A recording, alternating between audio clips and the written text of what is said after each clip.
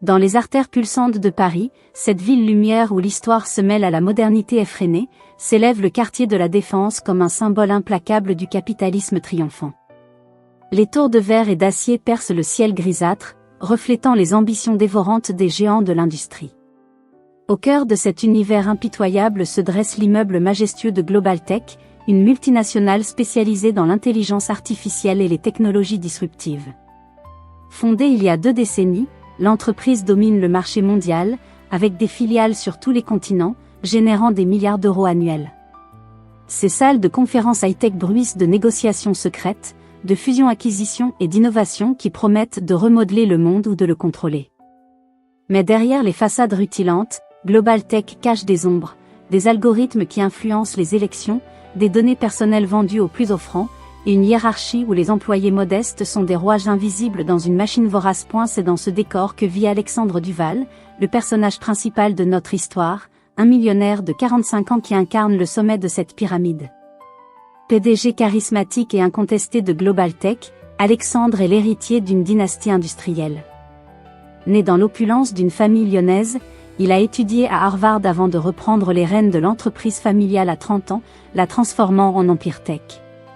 Grand, aux cheveux poivre et cils impeccablement coiffés, il porte des costumes sur mesure qui masquent une silhouette athlétique entretenue par des séances de yoga matinales et des marathons caritatifs, une image publique parfaite. Ses journées commencent à 5 heures du matin avec des appels à New York, se poursuivent par des réunions avec des investisseurs chinois, et s'achèvent souvent dans des dîners fastueux au Ritz, où il négocie des partenariats valant des fortunes. Marié à Isabelle, une héritière de la mode qui partage son monde de luxe mais pas ses doutes intimes, Alexandre mène une vie enviée par des millions. Pourtant, sous cette armure de succès, il cache une lassitude profonde. Les scandales récents, une fuite de données qui a exposé des millions d'utilisateurs ont ébranlé sa confiance. Les actionnaires exigent des résultats, et Alexandre sait que son trône vacille. Il rêve secrètement d'un legs plus humain, d'une IA éthique qui aiderait les défavorisés plutôt que d'enrichir les élites, mais les pressions financières l'enchaînent à des choix pragmatiques, souvent moralement gris. À l'opposé de ce monde scintillant évolue Marie Laurent, une figure discrète qui nettoie les traces de ses titans. À 32 ans, Marie est femme de ménage chez Global Tech depuis 5 ans, embauchée via une agence de sous-traitance qui paie à peine de quoi survivre. Originaire de Saint-Denis, un quartier populaire de la banlieue parisienne marqué par la diversité et les difficultés économiques, elle a grandi dans un HLM modeste avec sa mère, une ancienne couturière atteinte d'une maladie chronique, et son frère cadet, un adolescent rebelle passionné de rap. Marie est intelligente, avec un diplôme en informatique obtenu à l'université de Créteil, mais la vie l'a détournée de ses ambitions. Au lieu de coder des algorithmes, elle pousse des chariots de nettoyage la nuit, de 22h à 6h du matin, effaçant les miettes des réunions et lustrant les bureaux des cadres. Son quotidien est une routine épuisante, réveil à 20h après un sommeil haché, métro bondé où elle côtoie d'autres invisibles, arrivée à la Défense sous les néons froids. Elle gagne 1 200 € par mois, juste assez pour les médicaments de sa mère et les cours de son frère, mais pas pour ses rêves. Marie observe tout, les conversations chuchotées sur les fusions, les écrans allumés montrant des prototypes d'IA. Elle note mentalement des idées comment rendre ces technologies accessibles aux quartiers comme le sien. Mais elle reste invisible, une ombre parmi les ombres. Le premier conflit émerge lors d'une crise majeure à Global Tech. Une cyberattaque a compromis des données sensibles, provoquant un scandale médiatique. Les actions chutent, les régulateurs européens menacent d'amendes colossales, et Alexandre doit annoncer un partenariat stratégique pour restaurer la confiance. Sous pression, il organise une conférence interne tardive, où les tensions explosent. Marie, assignée au nettoyage exceptionnel cette nuit-là, surprend des bribes, des accusations de négligence, des promesses de licenciement. Pour elle, c'est une menace directe, les sous-traitants comme elle sont les premiers sacrifiés. La scène initiale se déroule sous une pluie torrentielle qui martèle les baies vitrées de la tour. Marie pousse son chariot dans l'open space désert, les lumières tamisées projetant des ombres longues. Elle essuie un bureau, ignorant que cette nuit marquera le début d'une tempête personnelle. Alexandre, épuisé par une journée de crise, rentre inopinément, et leur monde, si éloigné, vont entrer en collision. Cette base pose les fondations d'une jornada où l'invisible deviendra incontournable, et où le pouvoir sera remis en question. Autour d'Alexandre gravite un entourage complexe, où alliance et rivalité tissent la toile du pouvoir. Victor Renaud, 50 ans, est son vice-PDG et bras droit apparent, mais en réalité un antagoniste rusé motivé par une ambition dévorante. Originaire d'une famille modeste de Marseille, Victor a gravi les échelons par la ruse et les compromissions. Endetté auprès de fonds d'investissement douteux après un divorce coûteux, il voit en Global Tech son ticket pour la richesse absolue. Son objectif, évincer Alexandre et prendre le contrôle, en vendant des technologies sensibles à des gouvernements autoritaires pour des commissions occultes. Froid et calculateur, avec un sourire figé et des costumes anthracites, Victor interagit avec Alexandre lors de réunions tendues, où il sème le doute subtilement, les actionnaires veulent du sang neuf, Alex. Sa motivation profonde est la revanche sociale, ayant goûté à la pauvreté, il méprise les héritiers comme Alexandre et exploite les faiblesses. À ses côtés, John Hargrove, un milliardaire américain de 62 ans, représente l'antagonisme externe. Actionnaire majoritaire via son fonds spéculatif, Hargrove est un requin de Wall Street, motivé par le profit pur. Obèse, avec un accent texan et des montres en or tapax engrave l'œil, il pressure Alexandre pour des rendements immédiats, menaçant de vendre ses parts si le partenariat échoue. Ces interactions sont virtuelles, via Zoom, où il aboie des ordres, créant une tension palpable qui pèse sur toute l'entreprise. En coadjuvante empathique, Claire Beaumont, 38 ans, journaliste d'investigation au journal Le Monde, traque les scandales de Global Tech. Animée par la justice, son père s'est suicidé après avoir été ruiné par une firme similaire, elle est tenace, avec des cheveux courts et un regard perçant. Claire contacte des sources internes, créant de l'empathie pour les « petits » comme Marie, qu'elle pourrait un jour interviewer. Ses motivations, exposer la corruption pour protéger les vulnérables. Marie interagit indirectement avec eux. Victor la croise dans les couloirs, la traitant avec dédain, « nettoyez bien, on a des invités importants », renforçant son sentiment d'infériorité. Alexandre, lors d'une inspection rare, la remarque vaguement comme une employée fidèle. Ces personnages génèrent des conflits, Victor manipule Hargrove pour saper Alexandre, tandis que Claire fouille, risquant d'exposer tout.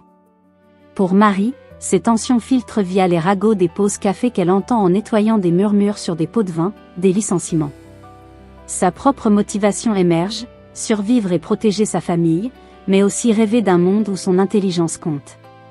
Lors d'une scène clé, Victor surprend Marie près du bureau d'Alexandre, plantant les graines de la suspicion. Ces interactions créent une empathie croissante pour Marie et une tension avec Alexandre, qui cache sa vulnérabilité à un passé où son père l'a trahi, le rendant méfiant. Ainsi, le réseau se forme, alliance fragile, objectifs divergents, promettant des confrontations où une femme de ménage pourrait tout bouleverser.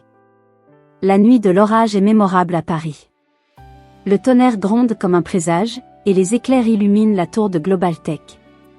Alexandre, après une journée chaotique, laisse traîner dans son bureau une tablette sécurisée contenant les plans d'un partenariat révolutionnaire, une fusion avec une start-up chinoise pour une IA de surveillance massive.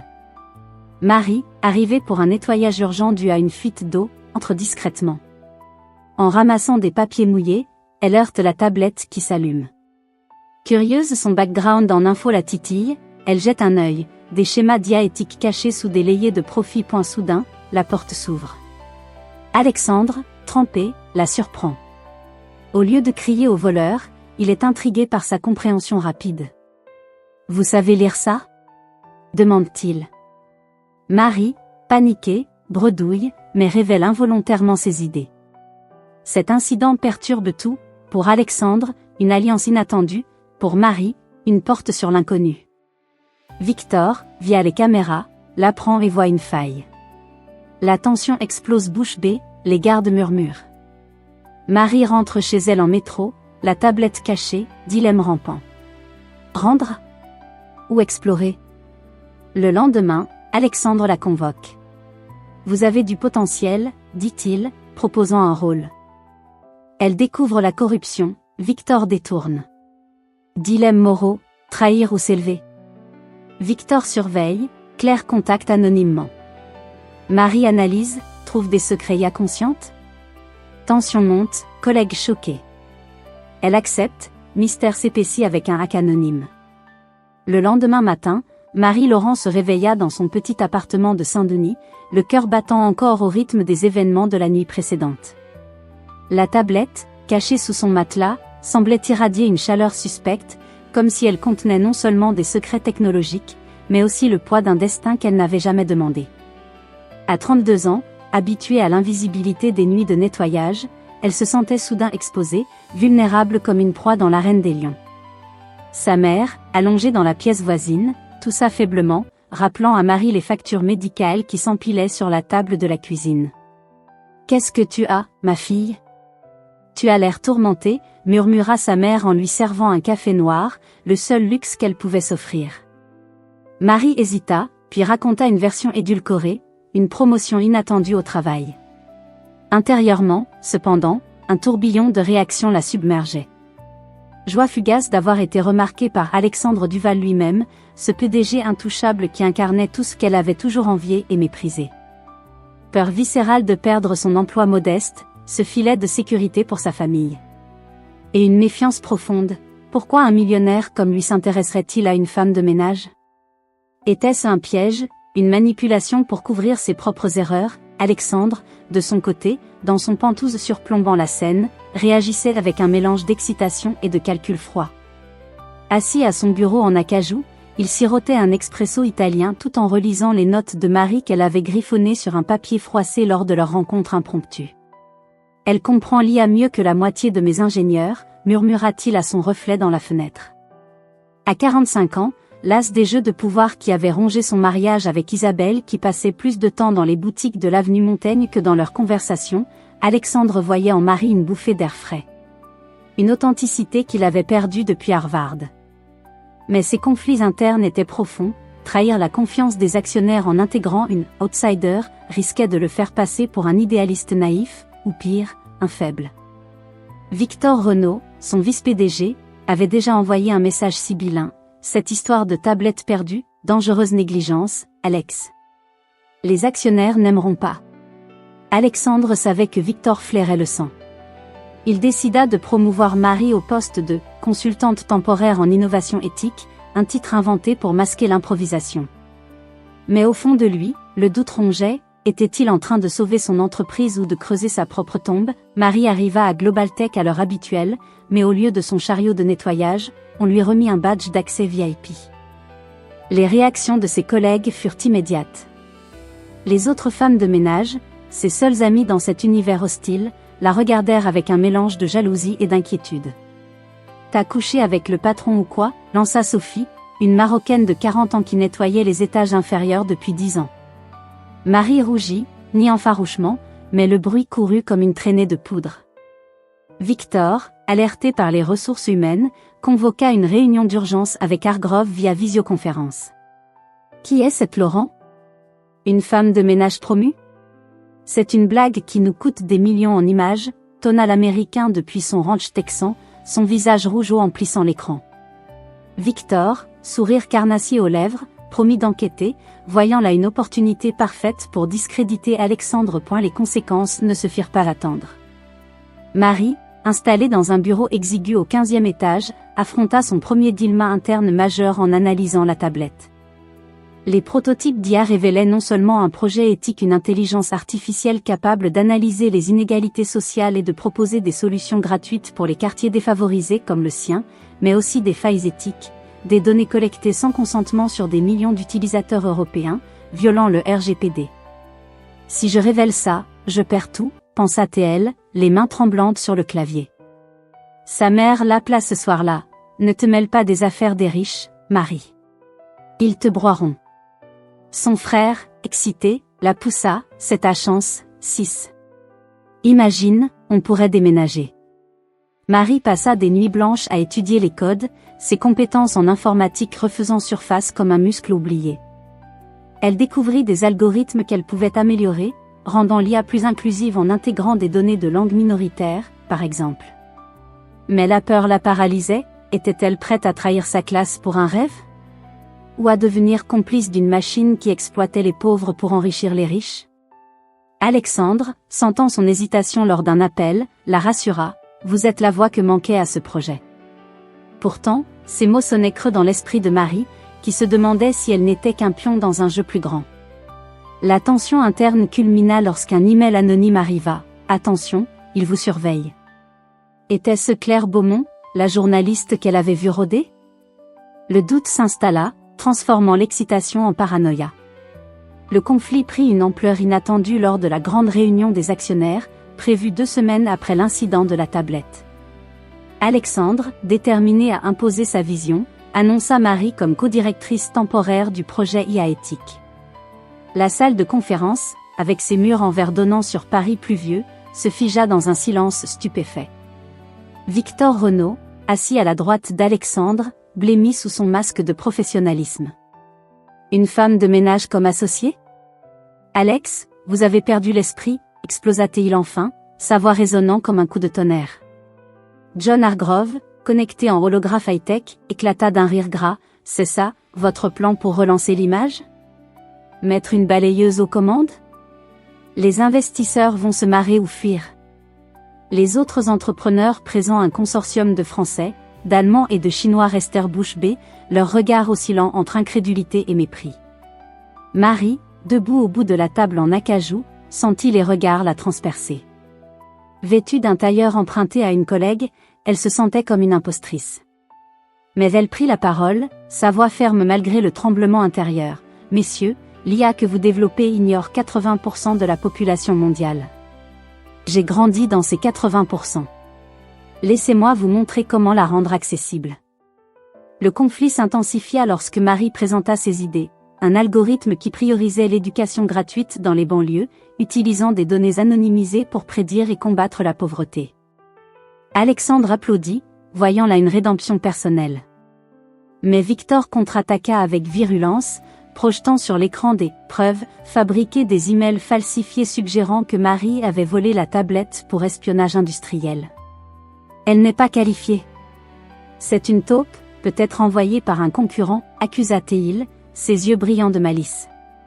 Hargrove renchérit, si on tolère ça, Global Tech devient un cirque. Je m'en mets par demain matin.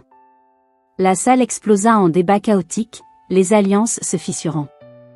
Alexandre défendit Marie, révélant ses compétences cachées, mais le doute s'installa même chez lui. En privé, les confrontations devinrent directes. Victor coinça Marie dans un ascenseur désert. Vous jouez avec le feu, petite. Votre mère à l'hôpital, ce serait dommage si ses soins sautaient. La menace voilée intensifia le dilemma moral de Marie, révélait les preuves de corruption qu'elle avait trouvées sur la tablette. Victor détournait des fonds vers des comptes offshore via le projet IA, signifierait détruire l'entreprise et des milliers d'emplois, y compris ceux de ses amies nettoyeuses. Garder le silence la rendait complice, trahissant ses valeurs.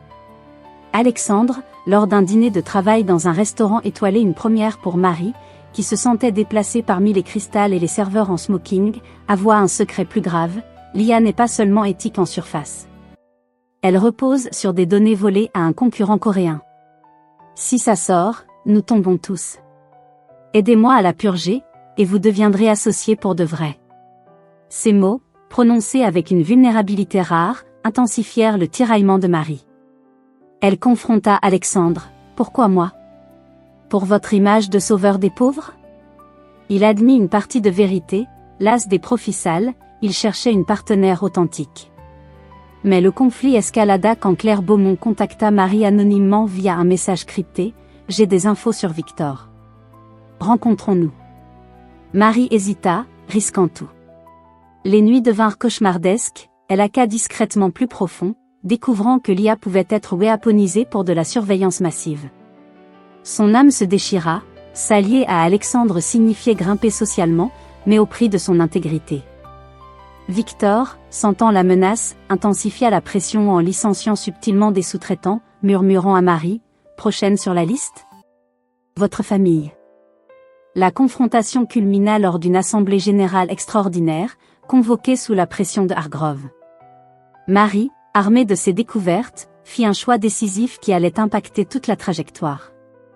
Au lieu de révéler publiquement les corruptions, ce qui aurait causé un chaos immédiat, elle opta pour une approche chirurgicale, utilisant ses compétences en codage, elle pénétra les serveurs centraux de Global Tech pendant une nuit solitaire. Assise dans son bureau temporaire, les doigts volants sur le clavier, elle effaça les traces de données volées et redirigea le projet vers une version purement éthique, intégrant ses algorithmes inclusifs.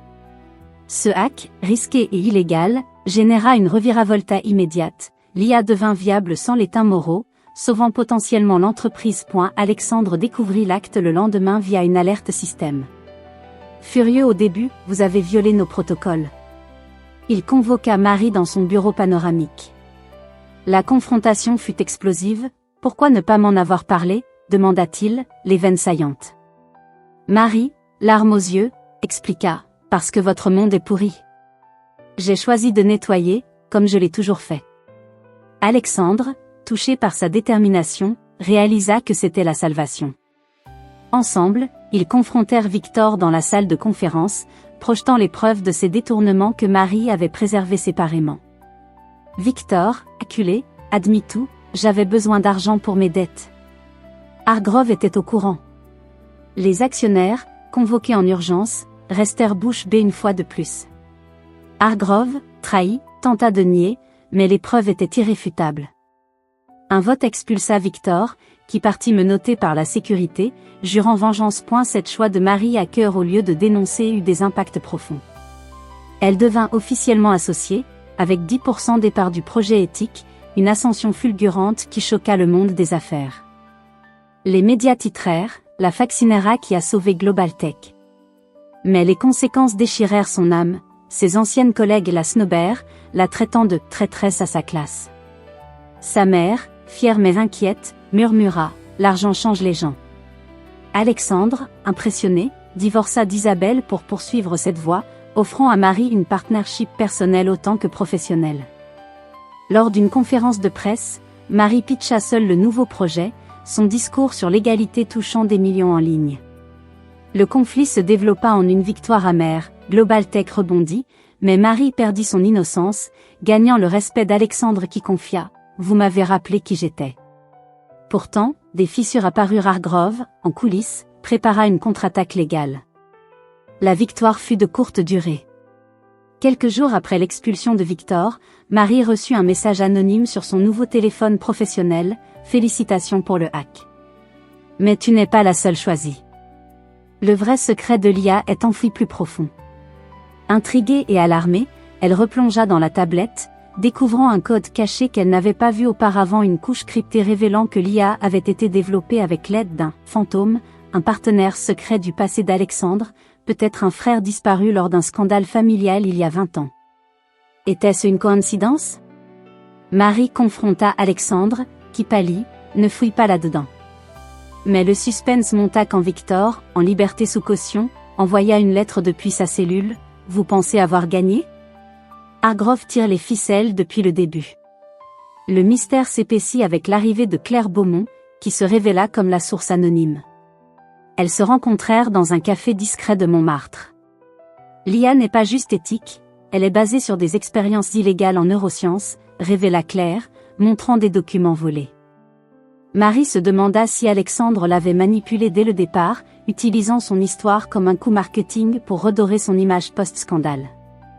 Les nuits devinrent hantées par des bruits suspects, son appartement fouillé subtilement. Hargrove, depuis les États-Unis, lança une enquête interne via des avocats, un temps qu'il savait pour le hack de Marie. Le suspense culmina lors d'une soirée corporate. Marie trouva une note dans sa poche. Le partenariat n'est que le début. Le vrai patron vous observe. Était-ce Alexandre, ou une force plus sombre? Victor, en fuite après une évasion suspecte, jura publiquement vengeance sur les réseaux. Marie, seule dans son nouveau bureau luxueux, réalisa qu'elle avait été un pion. La partie se termina sur un cliffhanger glaçant. En rentrant, elle découvrit son appartement saccagé, et au milieu des débris, une photo d'elle enfant avec un homme ressemblant à Alexandre, un lien familial caché? Le monde qu'elle pensait conquérir se refermait comme un piège. Les semaines suivantes furent un tourbillon de chaos orchestré, où chaque décision prise dans les parties précédentes portait ses fruits amers et salvateurs. Marie Laurent, désormais associée officielle de Global Tech avec un bureau au sommet de la Tour de la Défense, se retrouva au centre d'une tempête médiatique et judiciaire qui menaçait de tout engloutir. Le hack qu'elle avait effectué pour purger les données corrompues de l'IA éthique avait été découvert par les autorités européennes, alertées par un whistleblower anonyme qui se révéla être Claire Beaumont, la journaliste qui avait contacté Marie en secret. Les choix antérieurs de Marie, comme son alliance prudente avec Alexandre Duval et sa décision de ne pas tout révéler immédiatement, eurent des conséquences immédiates. D'un côté, ils avaient sauvé des milliers d'emplois en évitant un effondrement total de l'entreprise, de l'autre, ils l'avaient exposée à des accusations de cybercriminalité qui pouvaient la mener en prison pour des années. Alexandre, conscient que son empire vacillait, organisa une confrontation finale dans la salle de conférence principale, celle-là même où les actionnaires avaient été bouche bée lors de l'annonce de la promotion de Marie.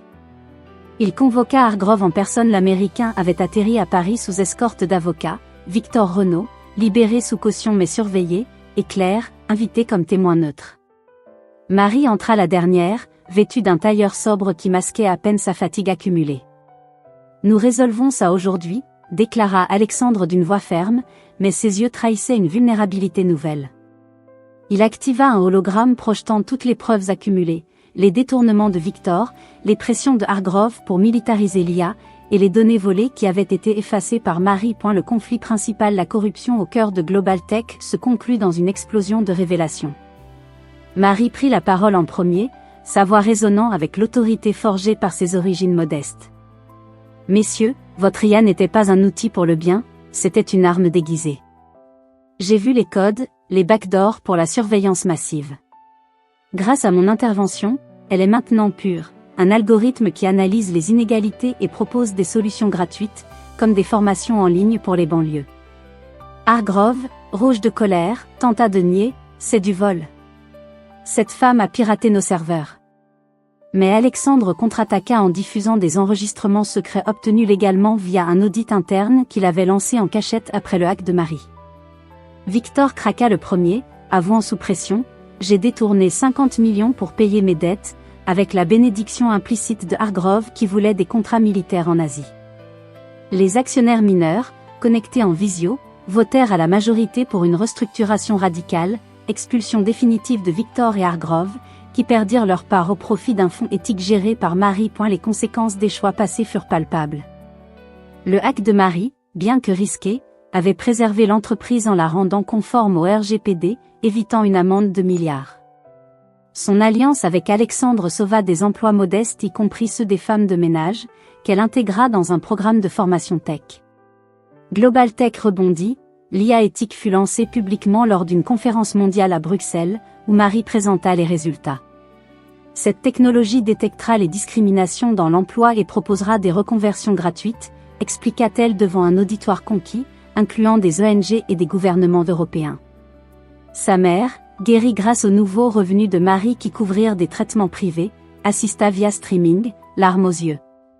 Alexandre, débarrassé de ses chaînes, divorcéa officiellement d'Isabelle et redistribua une partie de sa fortune aux employés. Le conflit se résolut en une victoire collective. Global Tech devint un modèle d'entreprise responsable, avec Marie comme PDG, symbolisant l'ascension des invisibles. Pourtant, cette conclusion laissa des cicatrices. Marie avait perdu des amis de Saint-Denis qui la voyaient comme une « vendue », et Alexandre luttait avec la culpabilité d'avoir initialement manipulé les événements. La presse titra « La faccinera qui a conquis Wall Street », mais pour Marie, c'était une résolution douce amère, où le pouvoir avait un prix humain. Juste au moment où la poussière semblait retomber, une reviravolte finale ébranla tout ce que Marie croyait savoir, transformant la victoire en un choc profond qui remit en question chaque alliance et chaque secret. C'était lors d'une soirée de célébration au Louvre, louée pour l'occasion par Global Tech afin de lancer officiellement l'IA éthique devant des invités triés sur le volet politique, philanthrope et journaliste. Marie, en robe élégante pour la première fois de sa vie, trinqua avec Alexandre sous les regards admiratifs. « Nous l'avons fait », murmura-t-il, son bras frôlant le sien dans une intimité naissante. Mais alors que Claire Beaumont s'approchait pour un interview exclusif, un serveur, en réalité un détective privé engagé par Victor en fuite, glissa une enveloppe dans la poche de Marie. Dès au retour dans son nouvel appartement haussmannien, Marie ouvrit l'enveloppe avec des mains tremblantes. À l'intérieur, des documents jaunis, des tests ADN et une lettre manuscrite. Le choc fut total. Alexandre n'était pas seulement son mentor et associé, il était son demi-frère. L'épreuve révélait une liaison ancienne entre le père d'Alexandre, le fondateur de Global Tech, et la mère de Marie, alors employée de maison dans la villa familiale à Lyon. Tu étais le secret que mon père a caché pour protéger son mariage et son empire, expliquait une note jointe, signée d'un notaire. Mais la twist alla plus loin, Alexandre avoua l'avoir su depuis des mois. Lors de leur première rencontre avec la tablette, ce n'était pas un hasard pur. Il avait orchestré la découverte en la laissant traîner, après avoir pisté Marie via des caméras de surveillance et découvert son lien sanguin par un test discret sur un verre qu'elle avait touché lors d'un nettoyage. Je t'ai choisi parce que tu es du sang Duval. Je voulais te tester, te hisser pour réparer les erreurs de notre père, confessa-t-il lors d'une confrontation privée dans son bureau, les larmes aux yeux pour la première fois. Marie sentit le monde s'effondrer. Toute la promotion, le partenariat, les regards bouche bée des entrepreneurs n'étaient qu'une manipulation familiale déguisée en conte de fées. L'homme qu'elle croyait allié était le marionnettiste, utilisant son histoire pour un coup de com' génial, rajeunir l'image de Global Tech avec une héritière cachée. Hargrove et Victor n'étaient que des pions dans un jeu plus ancien, où le père d'Alexandre avait ruiné la vie de sa mère en la renvoyant enceinte et sans ressources. Dans un acte désespéré, déchiré entre rage et lien du sang, Marie décida d'exposer tout. Elle contacta Claire et organisa une conférence de presse impromptue le lendemain. Global Tech n'est pas sauvé, il est maudit par ses secrets familiaux, déclara-t-elle devant les flashs, révélant les documents ADN et les manipulations. Le choc fut mondial, action en chute, enquête judiciaire relancée. Alexandre, trahi dans son propre plan, perdit le contrôle de l'entreprise, forcé à céder ses parts à Marie dans un accord forcé pour éviter la prison. Le prix fut élevé. Marie brisa l'empire pour sauver son intégrité, perdant l'homme qu'elle commençait à aimer comme un frère et plus. Hargrove rit jaune depuis son jet, mais Victor, capturé grâce aux preuves, finit en cellule. Cette reviravolte changea tout, ce qu'on croyait être une ascension sociale devint une vengeance familiale, surprenant même Claire qui murmura « Vous avez tout sacrifié pour la vérité ». Avec les révélations explosées au grand jour, Marie-Laurent entama la résolution finale de son parcours tumultueux, acceptant les conséquences de ses actions passées comme des leçons gravées dans le marbre. L'entreprise Global Tech, autrefois un colosse, fut démantelée en partie, les actionnaires, paniqués, votèrent pour une scission. La division IA Éthique devint une fondation indépendante, baptisée Équité Numérique, financée par les actifs vendus et dirigée par Marie seule. Alexandre, ruiné financièrement mais libéré de ses chaînes, choisit de la suivre comme consultant bénévole, un partenariat égal cette fois, sans secret. « Tu m'as sauvé de moi-même », admit-il lors d'une promenade le long de la Seine, où ils jetèrent symboliquement les anciens badges de Global Tech dans l'eau trouble. Marie accepta cette nouvelle réalité avec une maturité forgée dans le feu. Elle quitta Paris pour un temps, installant sa mère et son frère dans une maison modeste en Provence, loin des néants de la Défense. Les médicaments étaient payés, son frère inscrit dans une école de musique, et elle lança des programmes gratuits. L'IA, maintenant open source, aidait des milliers de « invisibles », comme elle autrefois femme de ménage apprenant à coder, immigrés accédant à des jobs via des algorithmes inclusifs. Les conséquences de ces choix la hantèrent, perte d'amis, solitude dans le succès, et une méfiance éternelle envers le pouvoir. Pourtant, elle trouva la paix en mentorant d'autres, comme Sophie, son ancienne collègue, qui devint sa première employée. Alexandre, redevenu un homme simple, partagea des dîners familiaux où ils rirent de leurs liens sanguins cachés. La leçon apprise ? Le vrai pouvoir n'est pas dans l'argent ou les tours de verre, mais dans l'authenticité et la résilience. Marie changea, de factionnaire invisible, elle devint une icône mondiale, conférencière à l'ONU sur l'éthique tech. Global Tech survécut comme une coquille, rachetée par des concurrents, mais son legs éthique perdura. À 33 ans, Marie regarda le soleil se coucher sur les vignes, acceptant que ses actions avaient brisé des chaînes ancestrales, forge une réalité où les origines modestes triomphaient. Marie se tint sur la terrasse de sa nouvelle maison provençale, une brise méditerranéenne caressant son visage marqué par les épreuves. Des mois après la chute de Global Tech, elle réfléchissait à la leçon principale, dans un monde dominé par les élites, une simple femme de ménage pouvait renverser les puissants en restant fidèle à ses racines. Le succès n'effaçait pas les cicatrices, la trahison fraternelle d'Alexandre, les amis perdus, les nuits d'insomnie, mais il ouvrait des portes inattendues. Elle avait créé une fondation qui formait des milliers, prouvant que l'intelligence n'avait pas besoin de diplômes élitistes pour changer le monde. Alexandre, à ses côtés comme un frère repentant, murmura « Nous avons réécrit l'histoire familiale. » Pourtant, les ombres persistaient. Un dernier message anonyme arriva sur son téléphone. Hargrove n'a pas tout perdu. Des copies de l'IA circulent sous terre. Était-ce le début d'une nouvelle menace? Marie sourit amèrement. La vérité était-elle vraiment révélée, ou existait-il encore des secrets à découvrir? La vigilance serait éternelle, mais pour l'instant, elle embrassa sa nouvelle vie, laissant une ouverture béante pour l'avenir, peut-être une suite où les invisibles du monde entier se soulèveraient. Après tout, une Faxinera avait prouvé que rien n'était impossible.